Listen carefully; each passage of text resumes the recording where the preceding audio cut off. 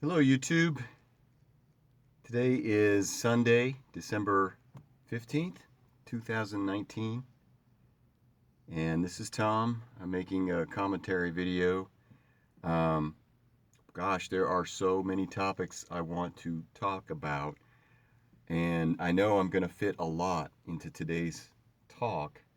Um, but anyhow, I'm just going to start by saying I'm not going to talk about politics at all, even though it's very forefront topic right now.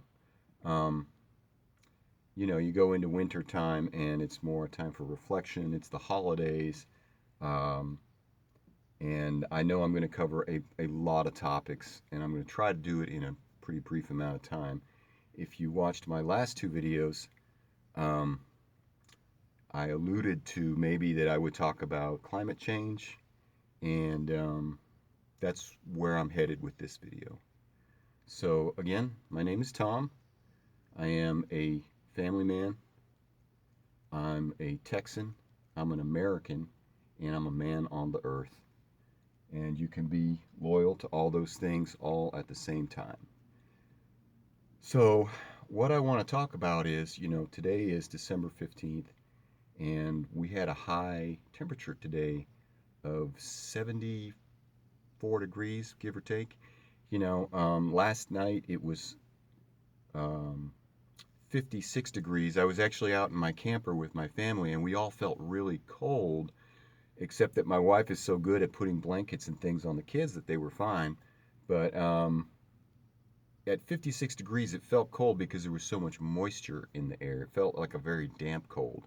So I changed from 56 degrees to 75 degrees today, which is warm for December 15th. And we've been having a relatively warm fall and winter. Um, that feels kind of normal. 56 degrees last night, 75 degrees.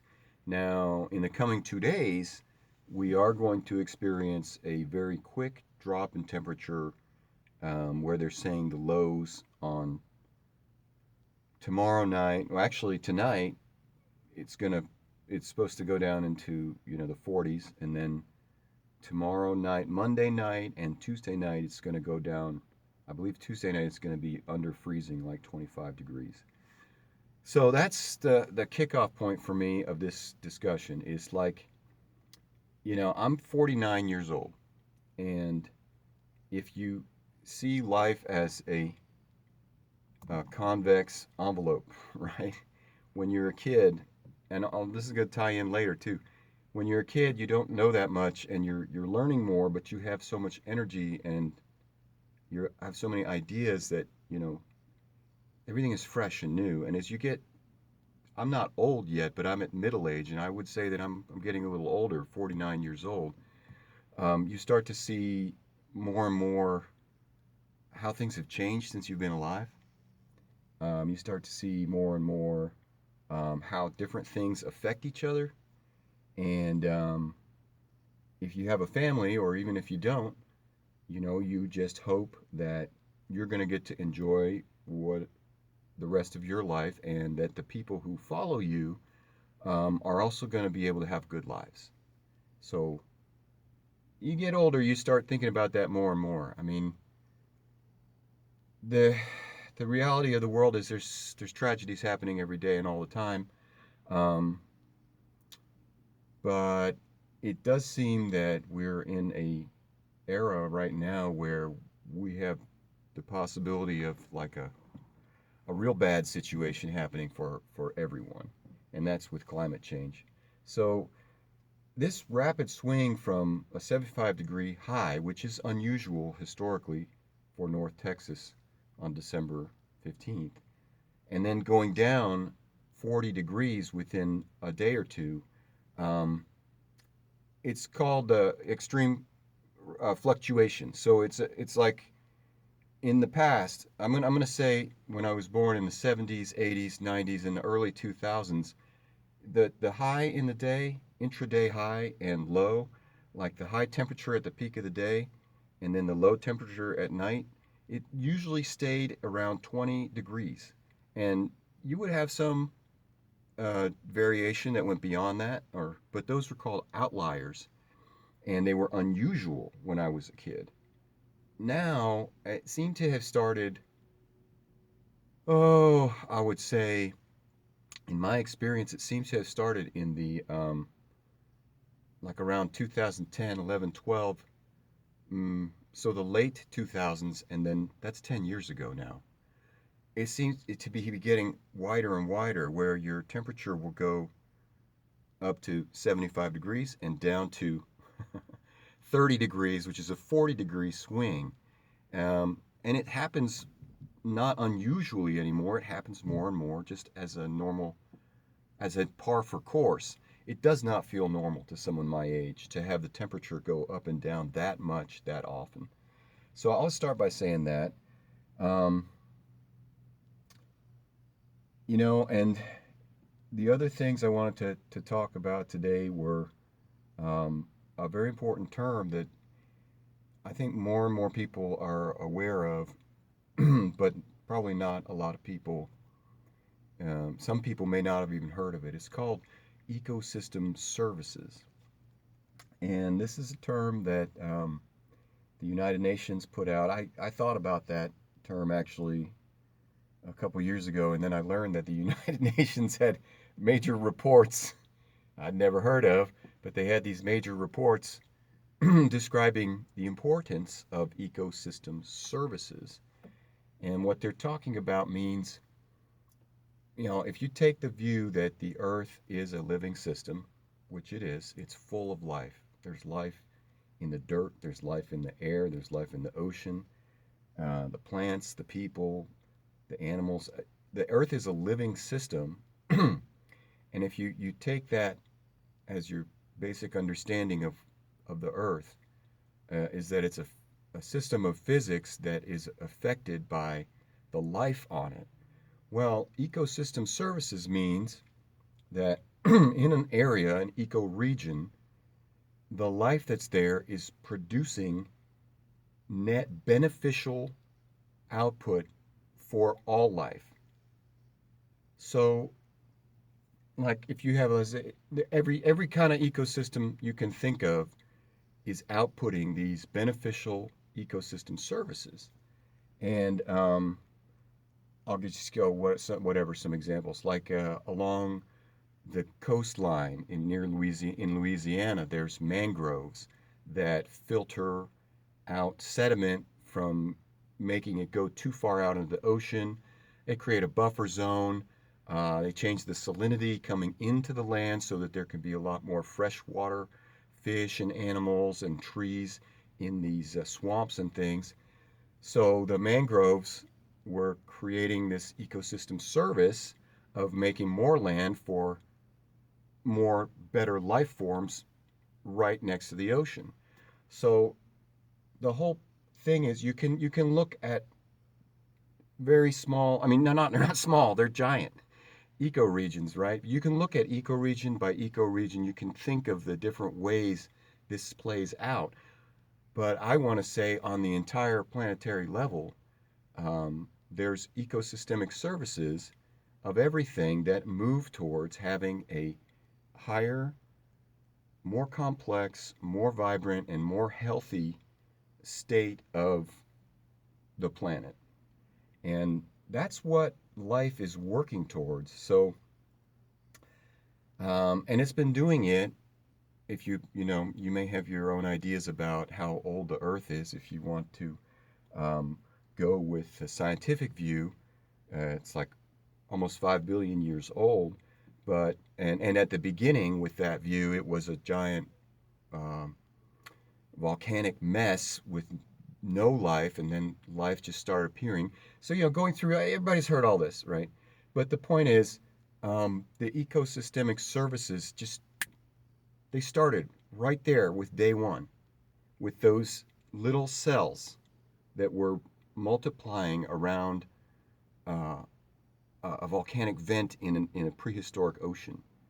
Those little cells started creating the systems, and their deaths created the environment, changed the environment there round and round and round until we started having real complex life forms, um, totally changing the entire planet. And the key the key ecosystemic evolutionary crowning glory for me of the life output that we have today is our atmosphere. We have this atmosphere that's at our level. It's between 5 and 20 miles high, 18 miles high. It varies as you go across the different parts of the globe. The height of the dense part of the atmosphere that we live in varies, but you have this thin layer of air and gas that provides breathing for all of us. And you have this exchange between the plants and the animals of exchanging oxygen with carbon dioxide, and it's this, chemically very complex process that the plants and the animals coexist. And of course, there's non-biological factors in the creation of the atmosphere as we have it. But you know, humans came along, and we've been changing the ability of vast regions of the earth to produce their maximal ecosystemic services.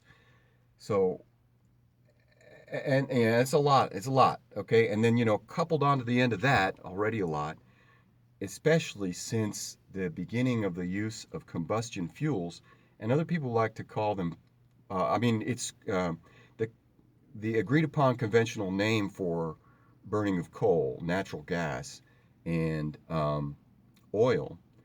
Of course, the agreed upon name for that is fossil fuels, but I like to use the term combustion fuel because combustion fuel means that you're getting energy from this fuel via the burning of it, the combusting of it, um, taking oxygen from the atmosphere, free oxygen, and burning this fuel, releasing carbon dioxide, and getting energy output.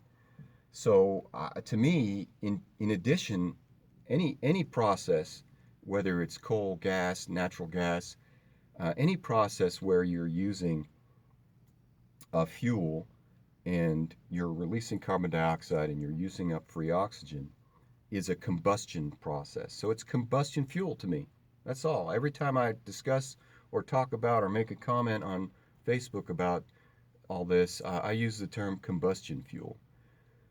So, in addition to a long, long history of humans um, altering the terrain prior to combustion fuels via deforestation, we've been controlling. I mean, it's agriculture.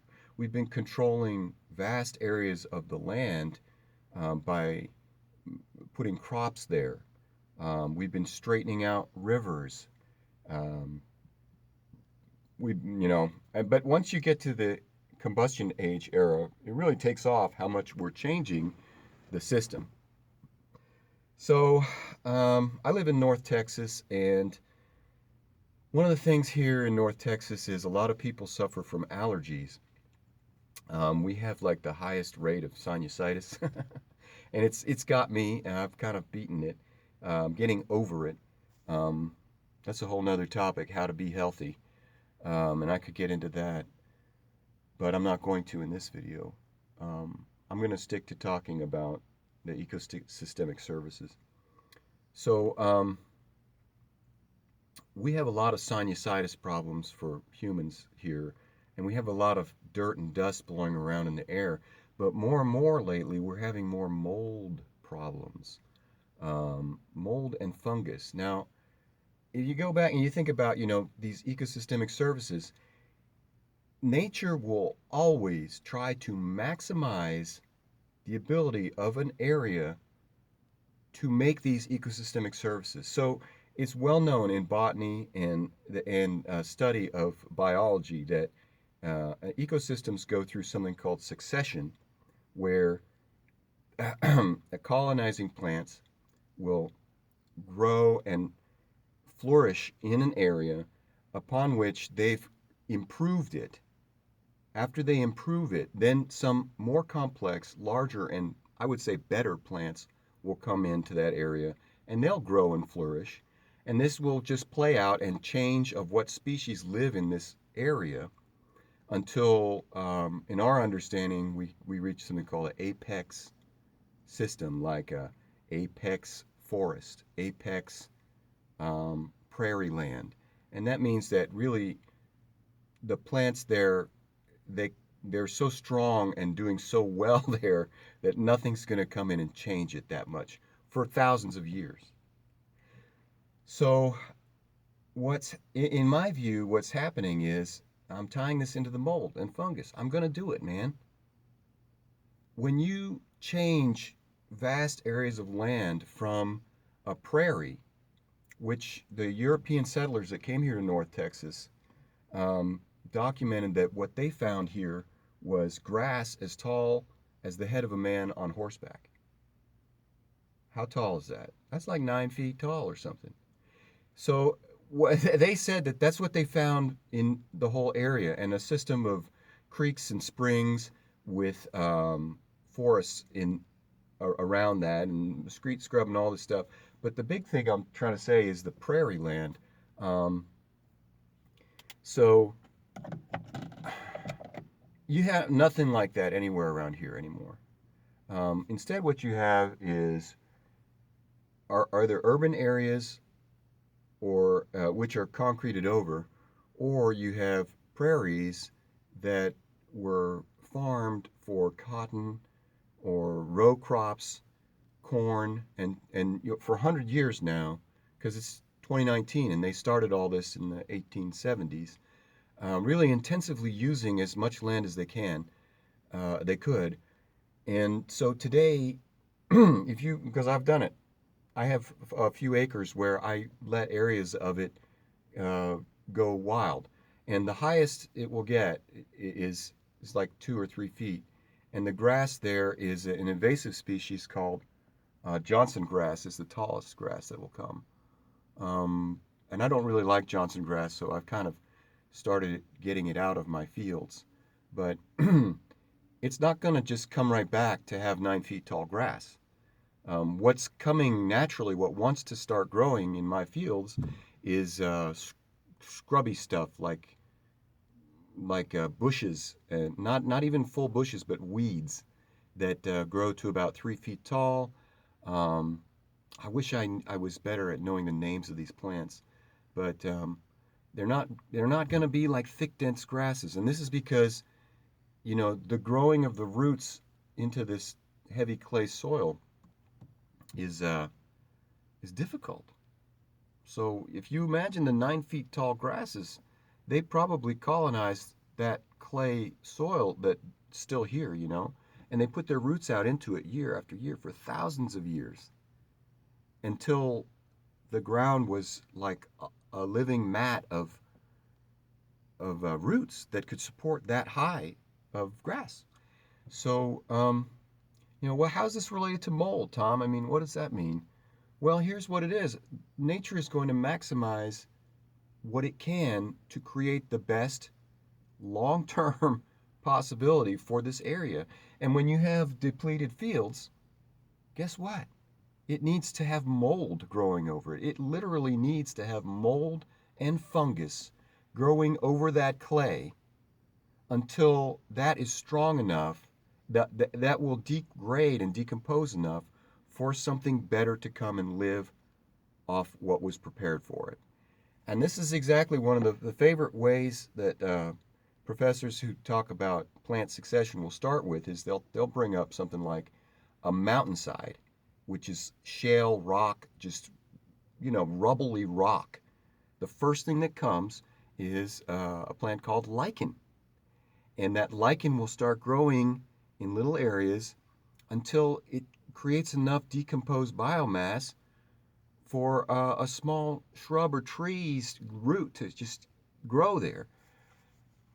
And now, I could get into one more interesting subject, which is kind of I like exploring things that you can't quite really believe in. Kind of, well, it could be. And this is where I'm getting to one of these. I mean, I want to get into this topic called spontaneous generation. So, the scientific world, everybody believes in evolution. Since Charles Darwin, who I believe is slightly misinterpreted, but since Charles Darwin's writings and ideas became basically completely the text for how we understand uh, how life evolves, um, they think evolution is how things happen, right? How things change, how things move forward in time. Well, there's an older idea. I mean, people have been thinking for ever since there's been people, and I like to believe that the ancient people were quite smart, actually. I don't think they were misinformed. In some ways, I think they may be even smarter than us today because they were not as distracted as we are by second and third order removal from, their thinking. It may be more influenced directly by what they experience, see, and feel rather than, well, I read this article about this and I can input that and correlate it to another article I read about that, which was measured with a scientific instrument that says this and that. And I believe in all that. I trust all that. But I'm trying to say that the ancients, they were more relying on their senses and what they could see and maybe just write down a few generations to each other. So they had this idea back then called spontaneous generation. It's not an uncommon idea in different parts of the world. Um, if you went through high school at the time I did, they taught that as an idea of the Greeks, um, 2,500 to 2,000 years ago. But I know that this kind of idea of spontaneous generation also comes around in Asia. And it's kind of a mystical understanding in ancient South American cultures too. So, what spontaneous generation says, and my interpretation of it is, well, whatever the conditions are, the life that can fit in those conditions will emerge. You know? So, I mean, look at us. How do we get here? Well, we got this great atmosphere, we got this great land. We can, we have our hands and eyes and ability to think through how to get ourselves fed and housed. And we're here. We appeared here. The you can say you can just think what you want. Evolution got us here, right? No. Also, in a different way, spontaneous generation got us here. Well, I'll tell a little story about spontaneous generation, then I'll get into why, the mold and fungus is getting worse. Um, in 2008, I lived in an apartment complex here in North Texas, and they had just built it like 3 years earlier, and they had dug some giant pits. They just dug these gigantic. I mean, I'm talking about like 300 feet, a football field wide, and and 35 feet deep, and they used that pit to build up the land where they wanted to put the apartment complexes, and they just left the pit there. And they also use it for a place to drain for overflow from rain. Well, the first year I lived there, it was a pretty desolate pit. The second year I lived there, and the third year, the second, I only lived there 2 years. The second year I lived there, I went out one evening, and I like to go outside everywhere I am and just see what's happening. Um, and there was this beautiful chorus of frogs, just, all these frogs were singing. And I thought to myself, whoa, a year or two ago, there was nothing in that, and it was just a pit that had been dug out. There was no algae, there was no moss, there was no plants. But here's we are. I mean, maybe it was the fourth year of that pit being there, and it's full of frogs. So actually brought that up to a high school biology teacher who I just happened to be having lunch with, and she was an interesting lady, and she just said, I said, how could they get there? I mean, there's no pond nearby. There's a road, there's an apartment complex, and there's some fields that have been crushed out recently. In the way we develop things that's it. There's no pond nearby. Well, she said, oh, they got there on the legs of birds. I can believe that too. I mean, maybe it's possible, but it doesn't matter. In one point of view, is spontaneous generation got them there. They got there because that was an appropriate place for that life to emerge. All right, that's enough about that. Now, in August 27th, I'm going to use my note here. This is the only note I have for this discussion. August 27th, 2019, there was a major article in a magazine called The Atlantic about oxygen levels in the atmosphere. So I hope I can get through this quickly because it's getting long. But the standard acceptance of how we've altered the atmosphere with our combustion fuels in the last 250 years is that the level of carbon dioxide has gone from 11 or 12%, 0.12% to 0.4%. So that's a net change of 0.3%, let's just say, of the level of carbon dioxide in the atmosphere. Now, if you want to think about oxygen, for every molecule of CO2, it takes two O's to net output that CO2. And I'll just interject a little bit and say that in addition to CO2, combustion process also produces a whole bunch of other gases that start with N, like NOx, NO3X, all these things. So there's other molecules that are coming out of the tailpipe of these combustion processes that tie up oxygen. They're pollutions, there's soot, and there's things like that, and they tie up oxygen. But let's forget about all those.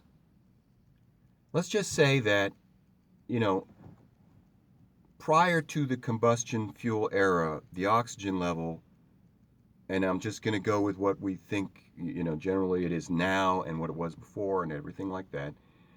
It's generally thought to be between 17 and 21% of the atmosphere. That's a pretty wild variation. 17, 18, 19, 20, 21. That's like 4%. Oh, it could be, whatever. Okay. So, carbon dioxide only being 0.4%. But when you tie up a 0.4% of oxygen into that CO2, you have used twice as much of the percentage in the oxygen. So that's like 0.6, 0.7%. We may have had a change in the oxygen level of as much as 1 or 2%. I highly encourage anyone who's listened this far to read this article in The Atlantic, which does say that we have no danger of depleting oxygen levels so much that we will have a hard time breathing. I mean, August 27th, 2019, if you just put into Google Atlantic Magazine oxygen depletion, you'll get it. It's a great article. And it says basically that we're so blessed with so much oxygen that we could just burn everything and we'd still be able to breathe whatever atmosphere was at the end of that. Well, okay, I can accept that we're not in the danger of not being able to breathe. But I also want to point out that, if there's a net decrease in the level of oxygen, well, the ecosystemic service system is going to come in and say, what's the best I can do with this? Guess what? Mold and fungus thrives better in lower oxygen. So, it's going to start going more and more mold and fungus. That's the one thing. The other thing is, of course, because we've changed the terrain so much that, like I said, that dirt is going to get covered over with mold and fungus so that it can lay the framework for better plants. You know, and just getting back to the very beginning of my talk about the concave journey of being a human within our constructed understanding and what we see happening as you age. Um, you know, I've seen changes in my lifetime. I think I need to put this back on. Um,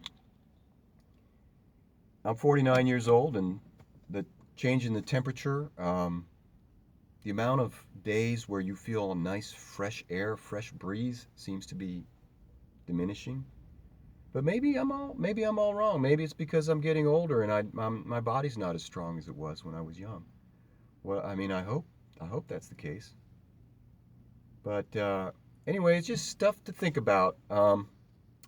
And as the sun is setting over here, um, I hope anybody that watched this far is going to have a very happy and healthy end of the year. Happy holidays to you, and let's have some good thinking into all of us moving into 2020 on a positive note, um, hoping that the best is yet to come.